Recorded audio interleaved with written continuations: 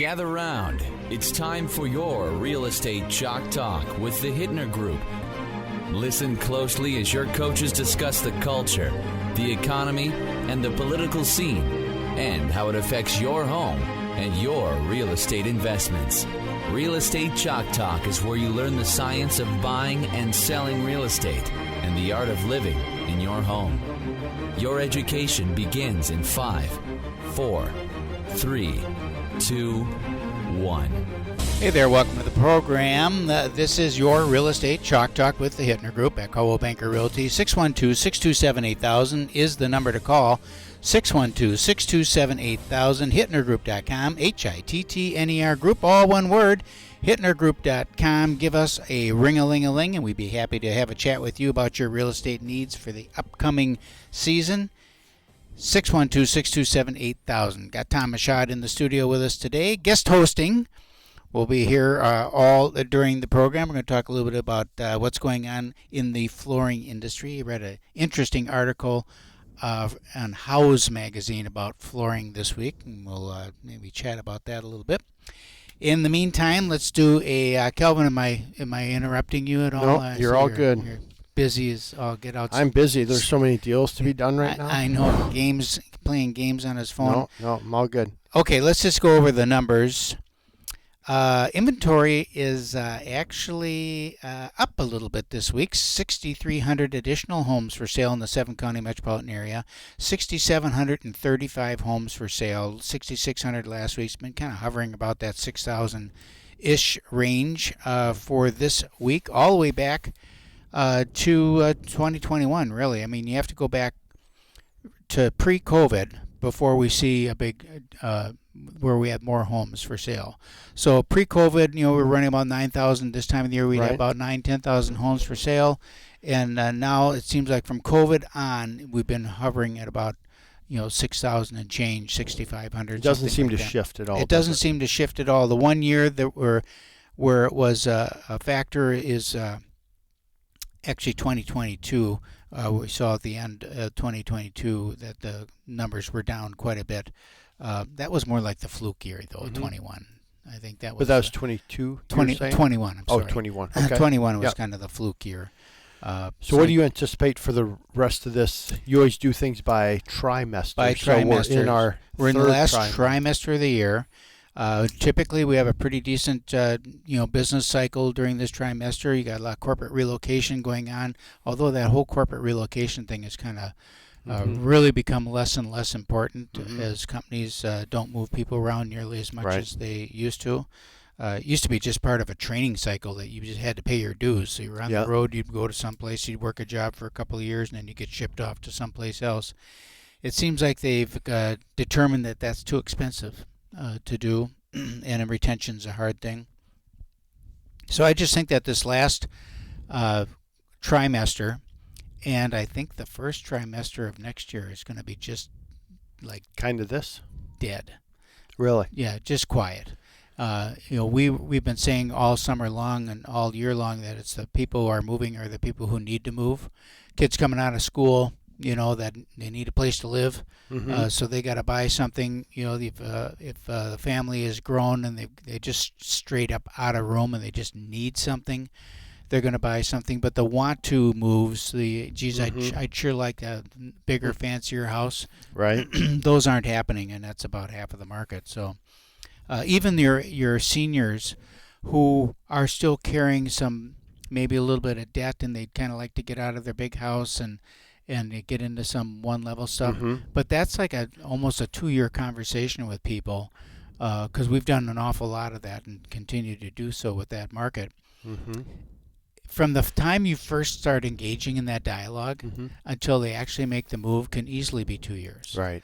Because there's so many other emotional things involved with that other than getting into a simpler floor plan or something that makes more sense. Well, even when you talk about students, comes to mind student loans are now coming back on for people, they are. Right? Yeah. So the young people you're talking to have to account for that, where in the past they're like, we could use this really small factor. Well, now we're seeing payments showing up now on credit reports that are a lot higher than what the factor was that we were using to count. So, those are longer conversations for sure. Yeah. So, what about for listings? Is that a longer conversation as well right now? well, because they're going somewhere. And so that's where the rub comes in. It's like, yeah, I can sell my house because the it still is relatively a seller's market in most price points. Just depends on how fast it's going to move through, but they will be able to sell the house. The question is will you have something to buy, and then the cost of the purchase, and if that cost is going to be financed. In an empty nester situation where they're in the house is paid for, they're going to sell it, they're going to pay cash for their new place. Not a problem. Right. And it's really a good time for them actually because their properties are continuing to appreciate. At from 4 to 5% a year, continuing to appreciate. But the double-digit appreciation is over. It's crested. Right. So there's no from that standpoint. There's no reason to hold. You might as well just go find something you like and move. But then there's that decision-making process that they go through, and it's the family house, and the thing is full. And they got to unload some of that stuff, and they got to go through it all, and it's just a emotional thing for them. So you do a good job of purging, though, don't you? You and Sheila. I'm a purger.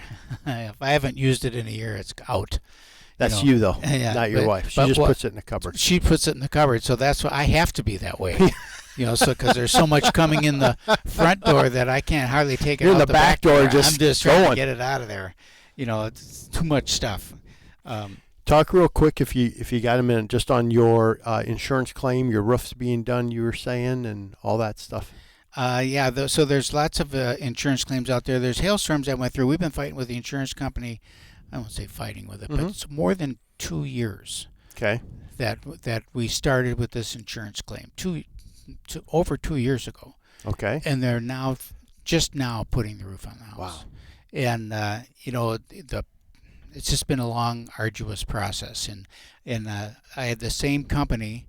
I've had the same insurance company. First, it was denied because they said I wasn't insured. Well, then it turns out that they had reissued policies to update their policies. Okay. And so then my policy number changed. So then they denied the claim. They said, well, you weren't insured with us. Oh, my God. And I said, well, yes, I was insured with you. It was here. Here's the email. I have all the correspondence. Here's the emails and the correspondence saying why we're changing the policy. Here's the rider I had to put on that gave me, complete coverage, replacement coverage, and all the and then it just goes on and on and on. I told Sheila just the other day, I said, I don't care what, the roof will have to be blown off before I'm going to go through this again. Through that I don't process. care if it's covered from insurance or not. I just don't want to have to do it again, just because it's in. So we've upgraded the shingles. It's they're 50-year, very nice shingle and all that kind of stuff. But wow. Yeah, don't want to have to do that. In the car, same thing, totaled out the Lincoln. Yep. So same insurance companies, they're gonna not like me. They're not loving you right now. So I just got an email from them. The car got broadsided from a kid that ran a red or a stop sign, and so it's totaled out. So I got my new car, and now I just got an email with a form I have to fill out. Or actually, they just want me to review it and sign off on it from the police report and stuff because they ticketed the kid on site, and he was definitely in the wrong. So now they're subrogating, going back against that other insurance company, and so that claim won't wind up on my policy, which we don't want. So does that was that process arduous to go through to find a vehicle, or how was that? Actually, the claim paid out. Liberty Mutual, I got to give them kudos. I mean, I had the money within a few days. Wow. Yeah, they went down the next day to the salvage or to the tow company, picked up the car. Within 12 hours, they had notified me that the car was totaled, and told me to go down and get my personal stuff, get my stuff out of the car because it's going to wherever they go to take it. And I had the check in the bank. A couple days later, I have a guy, Bob the car guy, so he found me. He found me a new car. Yep. So they search all over because I never buy new vehicles if I use one. So this one was 2021 with 12,000 miles on it. Wow. And gorgeous vehicle. Had to pay the boot on it, but that's. Did you a little bit? Yeah. Yeah. Had to do that. It seems like it never comes out quite perfectly, right? Never comes out even. No, it doesn't come out even. Seems like it is the season for all claims. We've got a few on our cars. We got hit. Yeah. But same experience. On the cars, it was they took care of everything really, really fast. Mm-hmm. But I hate car shopping I on the do other too. side. Call Bob I don't the have car a guy. I don't have a car guy. Call Bob the car guy. Yep. He's great. Just tell him what you want and he'll find it for you. All price ranges, all brands. Super duper. Goes with you shopping, sets up the appointment, goes with you shopping, negotiates the deal. I think the car dealerships love seeing me. I just walk on and go, I need a car. Yeah. And they go, all right, let's go. Hey, Tom's here. Tom's here. Pretty much. Tom's here. This is your Real Estate Chalk Talk with the Hittner Group. 612-627-8000. 612-627-8000. Sold houses down 45% this year. 45%. Fewer homes sold in 2021. Wow. We'll be Normal right market, back. huh? We'll be right back. Bull market. We'll be right back. Welcome back to the program. This is your Real Estate Chalk Talk. 612-627-8000. 612-627-8000. Tom Michaud on this program with TPM Flooring. TPMflooring.com. Busy. He's busy. Every kind of flooring that you can possibly have, you guys have done and have available. Give a little background on the Commercial company. and residential. So, thank you. So TPM Flooring's been around since 2000, 20-some years, 23 years now. Okay. 23. Yeah. Nice. But I've been doing this for a lot longer. Mm-hmm. I was working for other places first and then one on my own. But you're right, Keith. We do all kinds of flooring. So, but from residential and commercial. What's the mix? 75-25. 75 commercial. Okay. Sorry. Yeah, I should probably say. 75. Really? Yeah. Oh, Yeah. that surprised me. That much commercial. It used to Wow. be 50-50. Mm-hmm. Yep. But as the market changes, Yeah. as Yeah. we're seeing right now, Right. one kind of But I would think commercial would be down dramatically given COVID, given everybody working from home. There's no. What are you doing? Empty office buildings, or So- what are you doing? no. So when COVID hit, everybody redid their houses.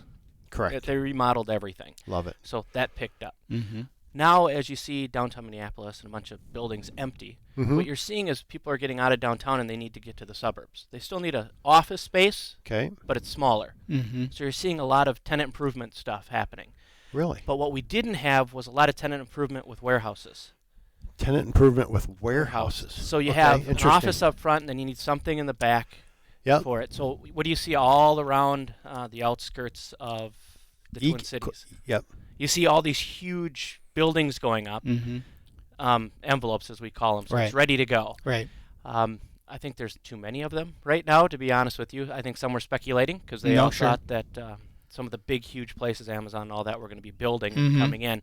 Well, that stopped. Well, but you look at, like, I'm in Woodbury, right? So you look in Woodbury, Yeah. there's huge. Yes. In the if you go east and kind of towards 94, those buildings are everywhere and they're huge. It's unbelievable, and Are it's they- gorgeous. Are they full? I don't walk in them. Yeah. Tom, So I what you're think s- I think so. So you're seeing what I'm seeing is like up north of 694. You see these huge, massive buildings going up, and slowly tenants are starting to show up, Mm-hmm. Okay. which is good to see. Mm-hmm. So I'm doing a lot of that, Okay. just a ton of. But I'm also So what kind of work do you do in a building like that where it's essentially a warehouse? So the front part you'll have all the office space. So you'll see carpet tile most likely is what you see in commercial. Luxury vinyl planking, which is glued down Mhm. in there. Ceramic tile, entryways, bathrooms, the backsplashes, stuff like that. So we do the whole package when it comes to that. Do you do the backsplashes and yeah, you do tile, all that now? backsplashes, all that. I thought you were just floor. well, Floor plus more. well, Is no. that- are we changing the name? No, Floor- no. So floor? Hold on. tile backsplashes. Do you So- do that though? Oh yeah. You have guys doing that? Oh, I yeah. thought it was just you lay it on the floor, or you don't do it. Well, it's still the same Process. product, same everything going, but they'll put it up on a backsplash and like break room stuff like that, Oh, ceramic tile, that type of thing. Awesome. Yeah, so that is keeping us busy. We've got currently probably 45 guys going Really? nonstop. Yeah, residential and commercial both. Mhm. Some of our guys can do both. Some are just strictly residential or strictly commercial because Really? that's what they know and that's what they grew up What with. distinguishes it between the two? So some guys can do a lot of click together LVT, so that floating luxury vinyl planking, that waterproof stuff in houses where it's click. Yep. You put that in a guy on the commercial so used to gluing it down and going, Mm-hmm. Get them in and trying to click it together. If they're not trained well, yet I don't want them on that job site. Really? I don't want to have Tell to me come about back. this gluing Yeah, down business. Why would you glue it down because it clicks together. So there's when you did luxury vinyl planking has the opportunity to either glue down or click. Mm-hmm. So it looks like wood, feels like it a little bit when you look at it. Has a little texture. Has a little texture, things like that. But there's residential, depending on the wear layer. All right. And how it's going to wear through. So residential, you don't need as many. Like an 8 mil wear layer will be just fine. 12 mil, great. 20 mil, too much. But there's reasons why you'll glue it down and not residentially. So, for example, you had a customer of yours out in Chaska or something like that. They built this. They bought the house on 10 acres. They redid the entire thing. Well, their floors. No one can see me doing this, but it waved. And trying to put a click-together floor in a house where a wavy floor doesn't work. You're going to have springboards happening. Okay. So what we did is we looked and found a product that would work. So we prepped the floor that needed to be prepped correctly, and then glued it down. When I say glue, it's a releasable adhesive. So if there's something wrong with it, all I have to do is heat it up and remove a plank and put it back in. Okay. So much easier to replace planks when you glue it down. Basements, I might do that as well. Yeah, I was going to say, what a great. Then the moisture doesn't affect it coming up, because there's always moisture comes up through concrete. Yep. So I don't have to worry about that. And some of these products don't even need adhesive because it's thick enough. Okay. So what we do is we just do a perimeter glue. Okay. And that's or double-sided tape, whatever the manufacturer recommends, and then you let it float in the center. Right in the center. It's just fine, and you don't have to worry about the moisture, stuff like that. I see. I go into some of the older. That's fascinating. Homes that had some of the older, like original, click-together floors or whatever it is. Now I don't know. Maybe it's a cheap, floor from the big box store or whatever it is. But there are spaces between them. Yes. Like they've it's like, man, and I'm not talking little spaces. Big spaces. It's big spaces. Yeah. Really? How do you tighten that up, and why did that happen? Is that some of that thing you can't tighten up, because once that click separates, if the click is still the tongue and groove is still good, we got to replace a bunch of stuff and then get it back in to see if we can even tighten it back up. Okay. What we can fix is when the older floors didn't click on the sides where they butted together. Okay. Then we've got tools and tricks that we can do to bring it all back together. Tighten them up that way. Some odd reason we just did a house that just hit the market, and it was the weirdest. I got a call back that said, like, a week later, our floors are moving. I'm like, well, this isn't normal. I'm on my way. Yeah. So I looked at it and I went, oh, I see what happened. It was during that time where it was hot, cold. They hit their AC, and this product is going to breathe. It's going to expand and contract just like a wood floor does. LVT does the same thing. So I said, oh, we can fix it. And within an hour, it was done. We fixed it, came back. It was great. But when the click comes together, so on a wood floor, you can't fix it. The thing with the wood floor, though, is nailed down. Oh, yeah. So that prevents that. It's just a pure function then of expansion and contraction. Yep. With a floating floor, that's when that moves apart, nothing's going to bring it back together again. So that's it. And I've got DIYers that I work with, and there's times they call me and go, "Can you go look at what we did?" And I come back and I see the whole thing separated. I'm like, "Yeah, we need to maybe pull this whole thing apart, put it back together, but I can't guarantee it's going to go back together because I don't know what's going to happen to that tongue and groove as we start to pull it apart." Do you have some people that are good on the residential side? Like, do you have a guy on your team where you go, yeah, if it's kind of tricky or we just need to clean up some stuff, this is my guy? Yeah, depending on the flooring. Oh, yeah, from carpet, there's a guy that I use, LVT, there's a guy, my wood guy. All depends on what we're dealing with. That's great. Particular expertise. Because then you can call time, just, hey, I need your best guy to kind of fix some mistakes. Yeah, and there's times where we can't. Let's just be honest. No, I know. When you go into a builder and you're in their design center, of course, they've got 6 panels, and I know that there's 600 panels that you could have to choose from, and they have their different tiers. Tier 1, Tier 2, Tier 3, and it goes up in price. And many times it doesn't look much different, But it's like, oh, this is a Tier 5 floor, so it's going to be this much more of an upcharge for it. And it's like, it looks the same as a Tier 1 floor. What's the difference? Well, I don't know. I used to work with builders, but I stopped working with them. So what we did in the past is when you had those tiers, it was usually for when I supplied the stuff, it'd be like, well, the difference was the wear layer, the look, and the feel. Okay. When it came to different carpets, tiles, all of it. So there's a better product. Now what I'm seeing is a lot of times I walk in and there might be an upgrade, but it might just be the color. Really? Oh, yeah. So you'll see here's the standard colors, and here's your price. So you want to go to this color now. It's more. You want a nice color that people really want. And again, but I don't do that. A little extra. I don't do that. It's kind of interesting when I go into job sites and because I work with homeowners or remodelers, those guys residentially. And what we do is someone says, I want LVT. I talk with them on the phone, then I bring the product out to them so they can see what it looks like in their house with their light. And I lay it down and I'll explain. This one's less expensive than this one, and here's why. Okay. Here's the difference in the wear layers. Here's the difference in the coatings. And each one comes differently. But now the price point might be 50 cents. It might be $1 a foot.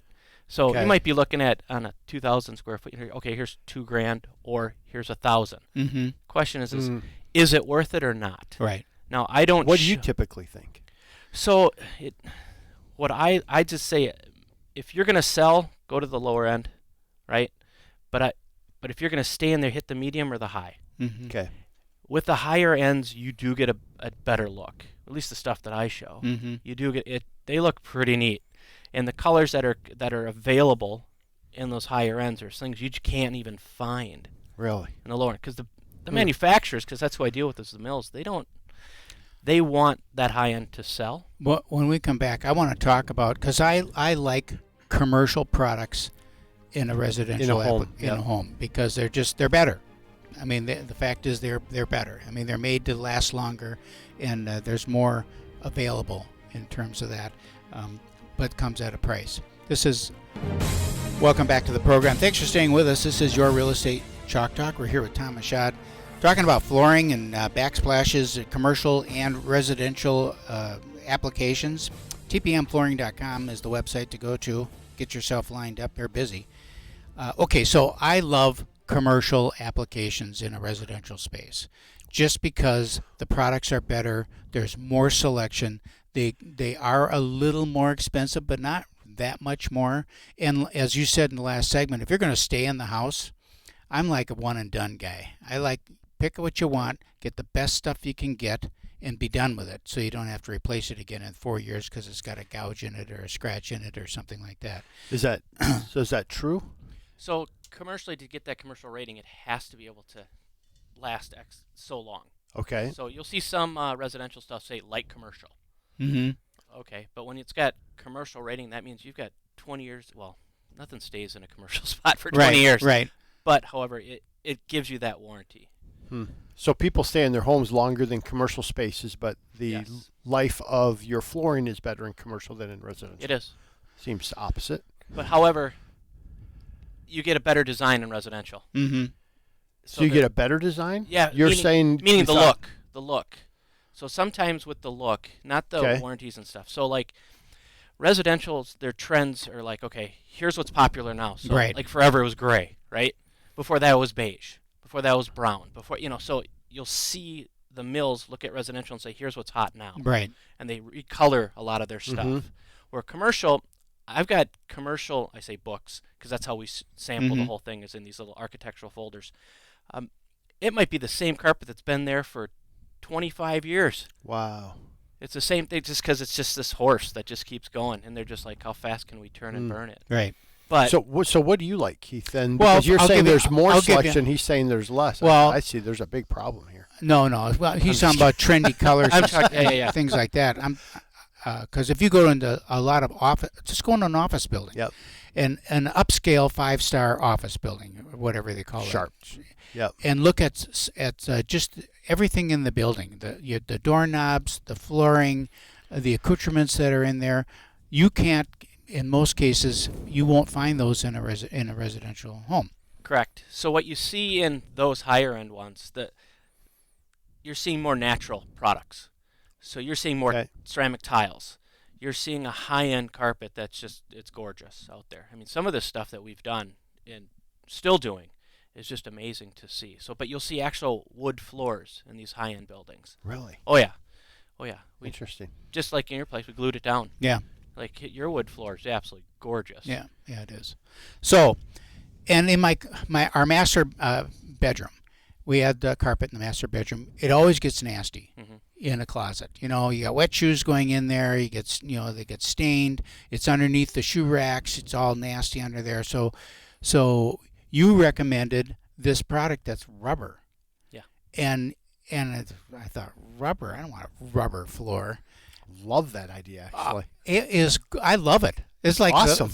my favorite deal. You go in there, it's pretty. It looks just like wood, and I'll be in the ground. That floor will still look like the day it was put in. I mean, it's just great. There are options. There truly are. Like that rubber flooring. I forgot all about that. Yeah. I'm like, oh yeah, that's right. We did do that. I love that.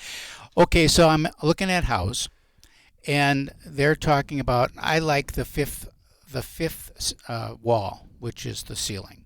So I'm looking at this picture, and there's flooring on the ceiling. What type?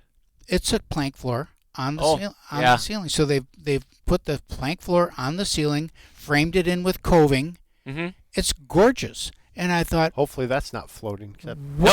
well, I thought, what a terrific application for flooring, because it's thin, it's light, right? And it's uniform, it's stable, and you can put it on the ceiling. Then there's another photo, and that was, how you see the shiplap and all that stuff. Yes. They put the flooring on the walls. Yes. And it's when you said last segment, you were talking about, do you do walls and backsplashes? I thought of that photo. It's like, they got the flooring on and it's like plank flooring on the walls. We'll do that as well.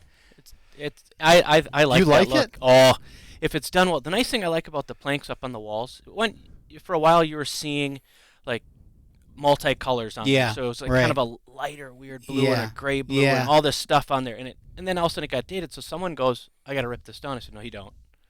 Brought my designer in, and she goes, what else you want to do? And it ended up a whitewash on it. Another one, painter came in and embossed it. It was amazing. You can do stuff. Really? Oh gosh, yes. Oh yeah. With a real wood floor, I mean, you have to prep it right and then do it. It was really neat to see these things. And some of these tile backsplashes are absolutely gorgeous. So do you have a design team, Tom, that goes out, like you're just talking, like I had my designer come out, they did, like, do you do that whole consult? Is that you? Is that your design team? So there's times where I've been doing this for so long. Yeah. That I can help with that.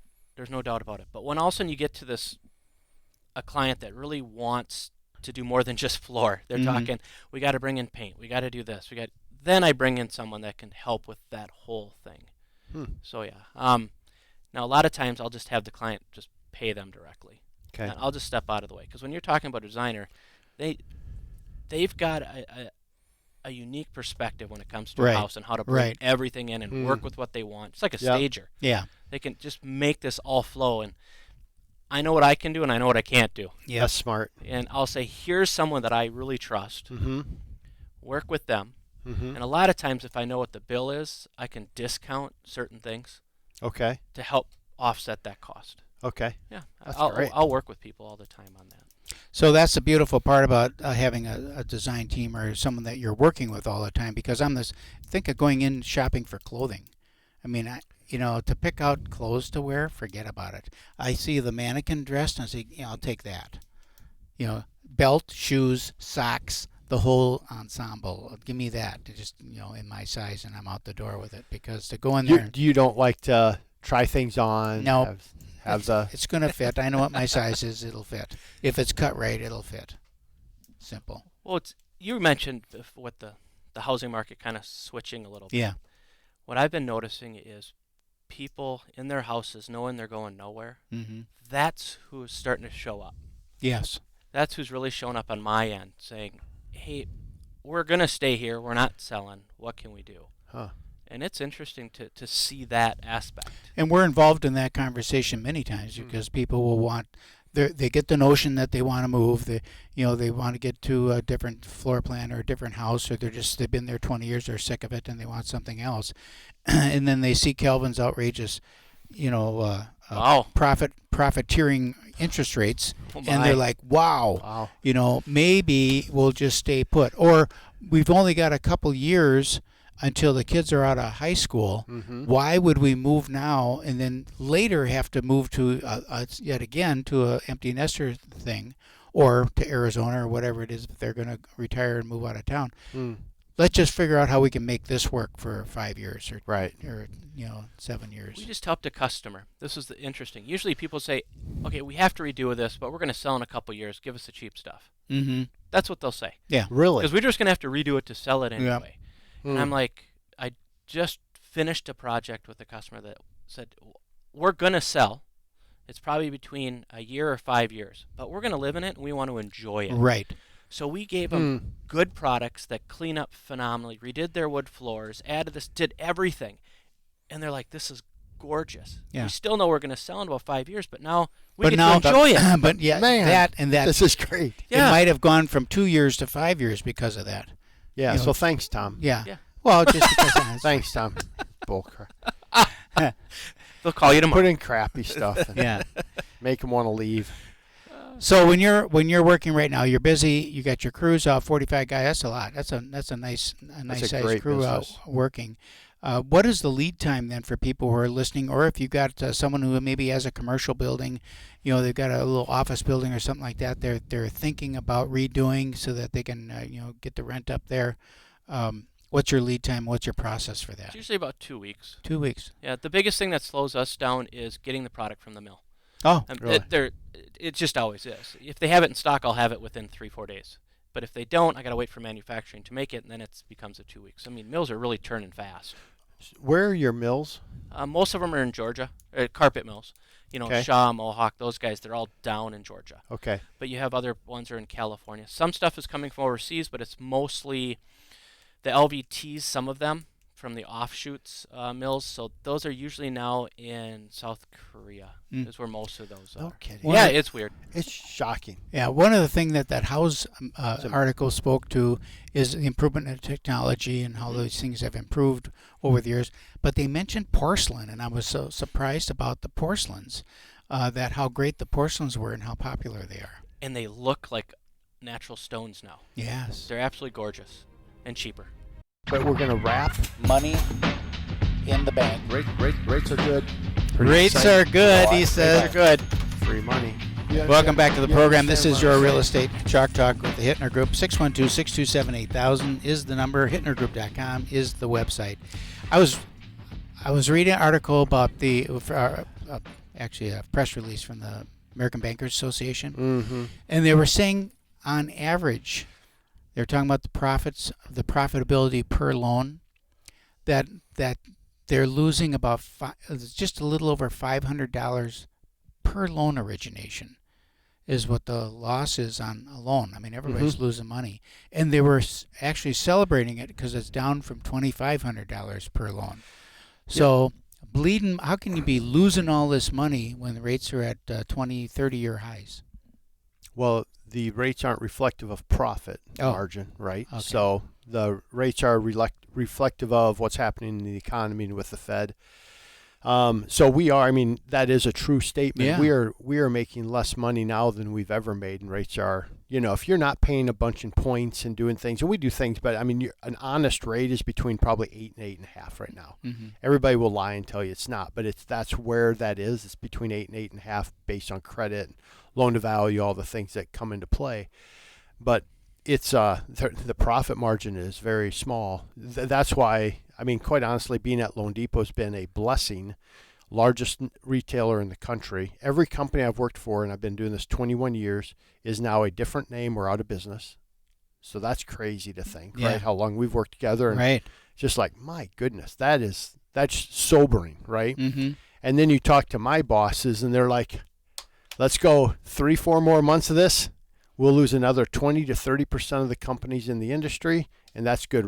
They see it just as this great opportunity to recruit good originators, to get market share, because at some point, and we'll argue for the next 8 minutes on when that will happen, but get the weak out, and the stronger will survive. And then when the market turns, there's going to be great opportunity again. I started with rates. Rates today are higher than when I started in the business. And I ran a 20-year career with rates going down. Wonderful. Now, literally in 6 months, they jumped to the highest level ever that I've experienced. So now I'm like, okay, I got one more run. And so it's just, though, right now it's the survival and getting people in. And then the conversation we had at coffee this morning was, it's not that bad. No. It's not that bad. So people need to kind of relax a little bit and go, it's not that bad, folks. Well, if you look let's talk about the conversation we had. We just, as an example, this is real life, someone that we're working with right now, looking at buying a $250,000 townhome and wondering if he should wait a couple of years until rates come down. All right. Well, that's a thought, but now think about this. You're going to pay rent for 2 years. Is there any tax advantage or are you gaining equity or anything in that? No. Not a nickel. If you buy your $250,000 townhome right now at normal appreciation, in 2 years it's going to be worth $275,000. Yep. So you're going to make $25,000 in equity gain on that townhome. The differential, the delta between what do you think is a good rate then? Well, I'd like to see 5.5.